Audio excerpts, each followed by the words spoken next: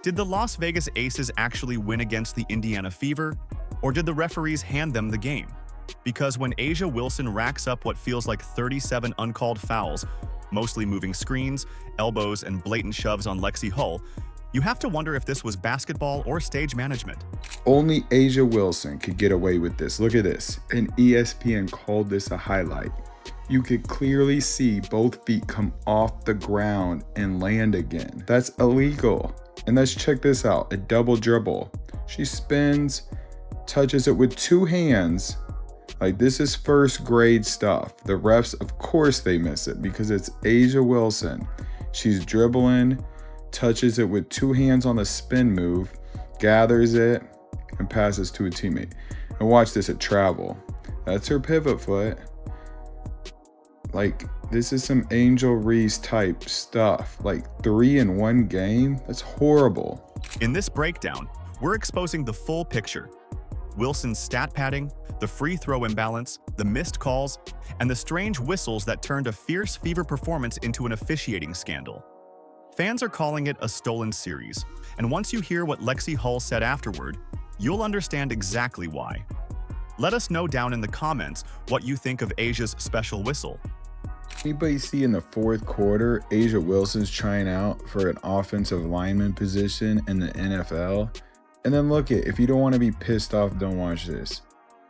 In overtime, a moving screen with 2 minutes left, and this is the biggest shot of the game after fouling out Boston for less. How does one player get her own personal rulebook while everyone else is forced to play by the actual one? That's the question hanging over this entire semifinal series. Because when you look closely at the numbers between A'ja Wilson and Aaliyah Boston, the pattern stops resembling coincidence and starts looking like orchestration. Across 5 games, Wilson waltzed to the free throw line 26 times.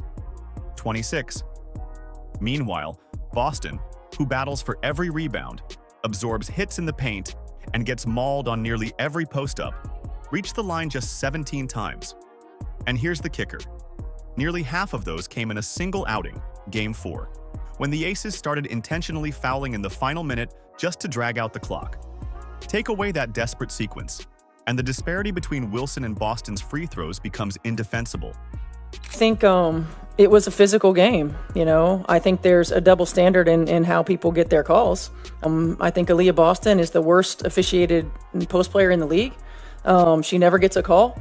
And you know, there's a double standard there, certainly. But, you know, again, if it's going to be physical and you're going to allow us to be physical, then allow both teams to be physical. If you're going to call the holds and you're going to call the chucks and you're going to then call it both ways. So, I mean, I think that we've been pretty consistent in what we're asking for. And I didn't feel like it was consistent. Now rewind to games 1 and 2, and things get flat out absurd. Aaliyah Boston, the Fever's interior anchor, and arguably the most skilled post player in the league, didn't shoot a single free throw in either matchup. Not one. If you watch those games, you saw Wilson drawing fouls off phantom contact, grazing touches, incidental bumps, while Boston was getting hammered in the lane without a whisper from the whistle. How do you explain that? You can't. This isn't about different playing styles. This is about selective enforcement. The ball ran through Boston all night, yet the refs acted like contact magically disappeared whenever she touched it. 2 straight games without a single call? That's not randomness, that's preference. And the foul numbers tell an even uglier story. Over 5 games, Boston was tagged with 19 fouls. Wilson? Just 14. Which is strange when you realize who was actually playing defense. Boston spent nearly every possession guarding Wilson directly, contesting her drives, absorbing her elbows, staying vertical on every shot. Meanwhile, Wilson was often switched onto the Fever's smaller players to save energy, rarely contesting Boston head-on. Yet somehow, Boston ended up with more fouls. How does that happen? And look at these moving screens. She totally destroys Lexie Hull. And guess what? They get a 3-point bucket off that play. They didn't call that an offense foul. Look at this one. Do you see how she sticks her leg out? They wonder why they get wide open layups and 3-pointers. Look at the room it makes when you set an illegal screen. That's why it's illegal. Another one, look at this. She moves over and it's just enough time for her teammate to get a three-pointer off. Watch how she does this. She thrusts her hips at the end. Look at it. Thrust her hips to get that extra space, and she gets an open layup. Like I said, 4 offensive fouls they didn't call, and they got 10 points. Rewatch the film and it becomes crystal clear. Wilson was setting moving screens like it was part of her job description, shuffling her feet, sticking her hips out, throwing shoulders into defenders to free Jackie Young or Chelsea Gray. Multiple analysts reviewing the tape counted 37 uncalled moving screens from Wilson throughout the series. 37. That's almost 8 per game, and not one of them blew the whistle. Meanwhile, Boston could barely set a clean pick without getting flagged. The double standard was so blatant, you could feel the frustration bleeding through the Fever's bench. It's like the game turned into a one-way street. Fouls stacked up on Boston, while Wilson glided through untouched. Boston kept her hands high, played straight-up defense, and still got called. Wilson dropped shoulders on entry passes, hooked arms on rebounds, and barreled through defenders with no consequence. You can call it tough officiating all you want, but at some point, it starts looking like protection. The kind that preserves a narrative instead of the integrity of the game. Well, it's hard for us to find flow when there's a foul call every 10 seconds. I mean, it just really is. And when they're at the free throw line, we can't get up and down the floor. And that's a challenge. They were much more aggressive and physical defensively. We didn't counter that with our off-ball actions or with our back cuts. So they took us out of our comfort zone. I mean, offense is about rhythm, it's about timing, it's about spacing. We allowed them to do that, and they kept us from doing it. And that's the uncomfortable question nobody at the WNBA office seems willing to ask. Is the league's self-declared superstar being shielded? Because based on this series, Wilson's so-called special whistle doesn't sound like fan fiction. It's supported by data. Look at it from top to bottom. 0 free throws for Boston in the opening 2 games. 17 total compared to Wilson's 26. 19 fouls on Boston, just 14 on Wilson, despite her constant illegal screens. 37 instances, documented on film, where the MVP broke the rules and walked away untouched. Every single number points in the same direction, and it's never the Fevers. And when you stack those statistics against what actually unfolded in the clutch moments of Game 5, the picture goes from suspicious to outrageous. That's when the favoritism stopped hiding behind the box score and started altering the outcome right in front of everyone watching. It wasn't just about missed calls anymore. It was about how the whistles shaped the final score. The Fever didn't lose because they played poorly. They lost because every time they built momentum, the whistle dragged them back. And when Lexie Hull started speaking out about what she endured guarding Wilson, the elbows, the off-ball shoves, the moving picks that never got called, suddenly fans realized this wasn't just a bad night for officiating. It was a pattern, a protection plan, and the Fever were on the wrong end of it. Game 5 was supposed to be a showcase. 2 generational stars going toe-to-toe, Aaliyah Boston versus A'ja Wilson, battling for a trip to the finals. But instead of a classic playoff duel, fans got a 3-hour showdown between the Indiana Fever and the referees.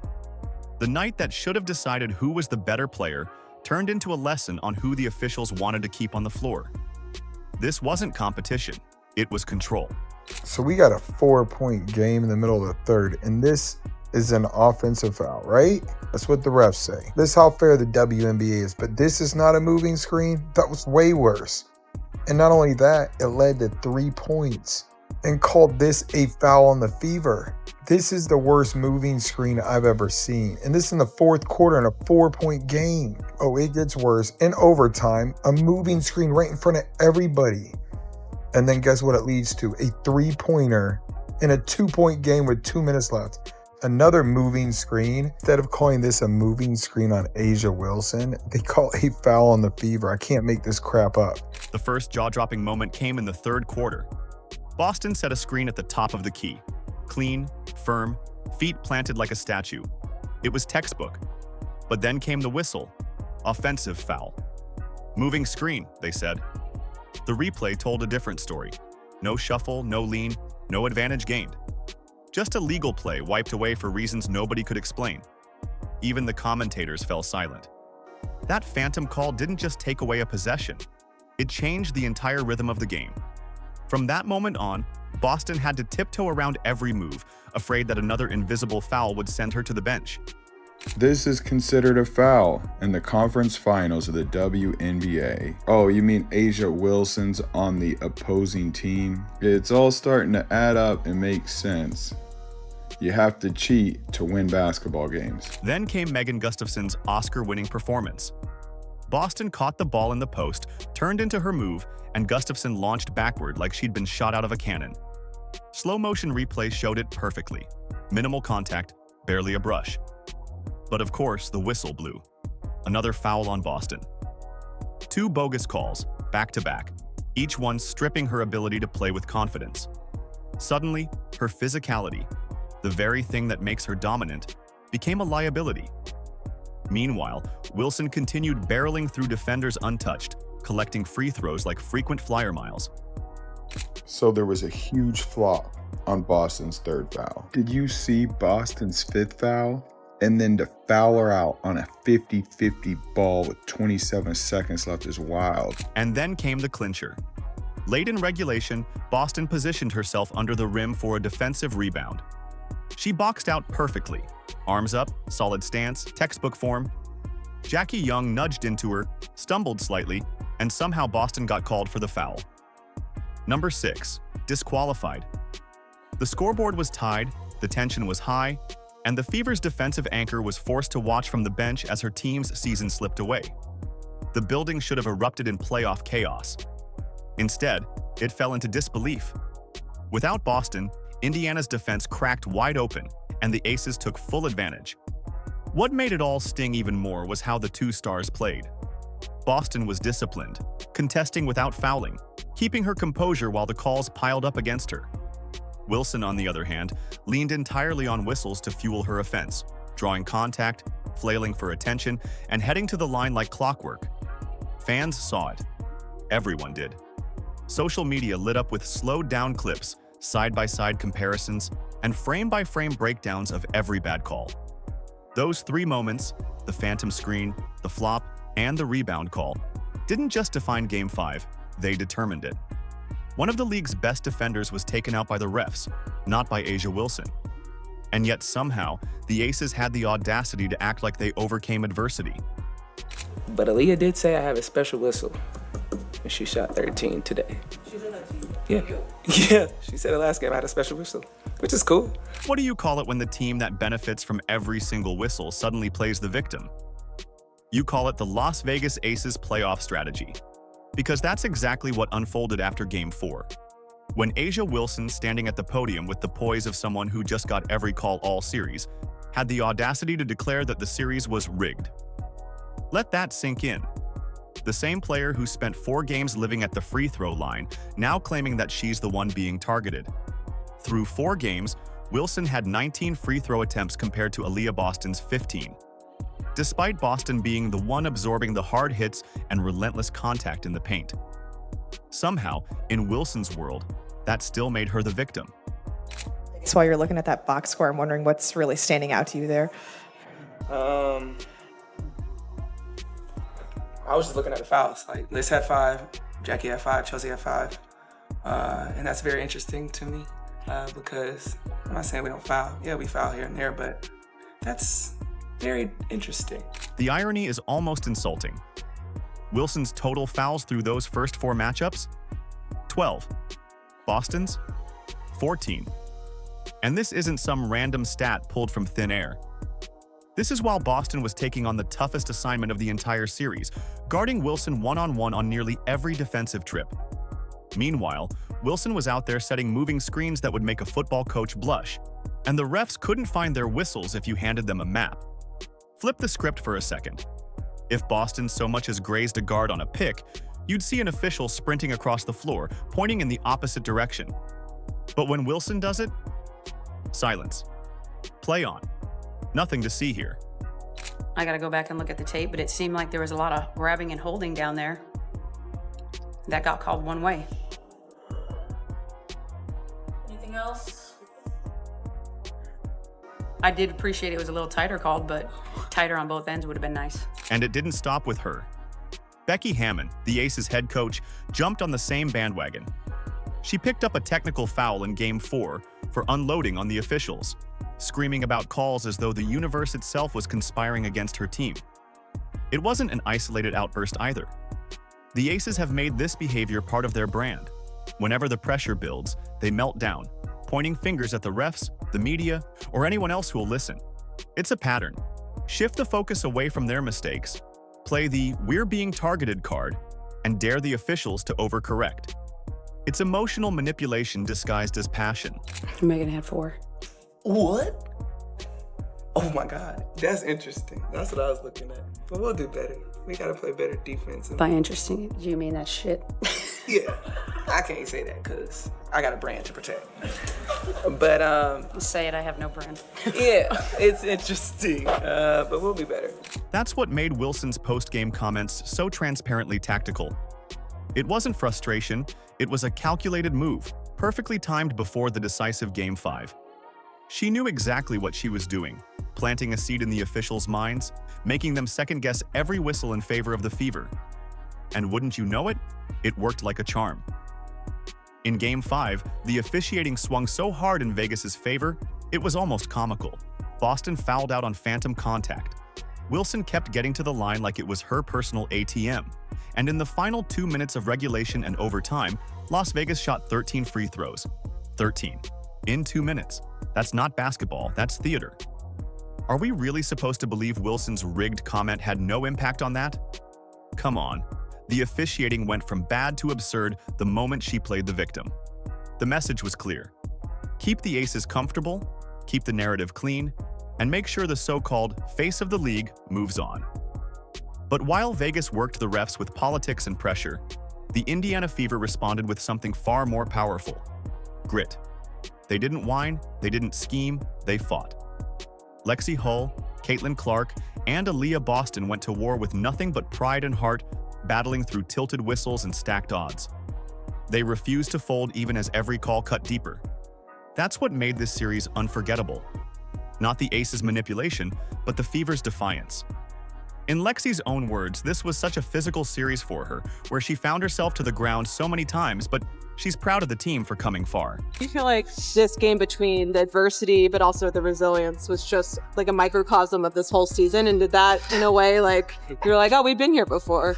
Yeah, I mean, that's what Steph said in the huddle. Like, we're built for this moment. When Kelsey went down, and then we're challenging the call on AB. We've been here before, so it's just so unlucky, so crazy that had to happen tonight. The Fever didn't lose this series because they lacked skill.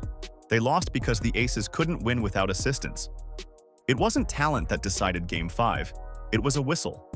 Still, Indiana walked away with something far more valuable: identity and purpose. Aaliyah Boston's "we over me" mantra captured their unity, while Caitlin Clark, cheering from the sidelines, made it clear this team's story is only beginning. The future looks unstoppable. But if the WNBA wants any credibility left, it owes the fans an answer: how 37 uncalled fouls robbed a young contender of its rightful shot at glory. Let us know down in the comments what you think of Aja's special whistle. Like, subscribe, and turn on all notifications so you never miss out. Click the video on the screen, and we will see you in the next one.